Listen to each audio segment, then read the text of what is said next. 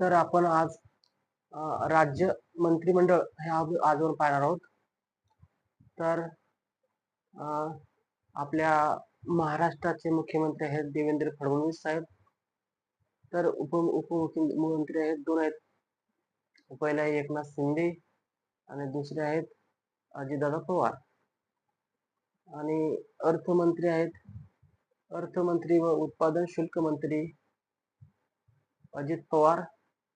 महसूल मंत्री आहेत चंद्रशेखर बावनकुळे आणि कृषी मंत्री आहेत माणिकराव कोकाटे.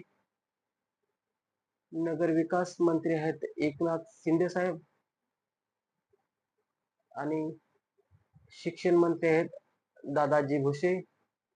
वनमंत्री आहेत गणेश नाईक.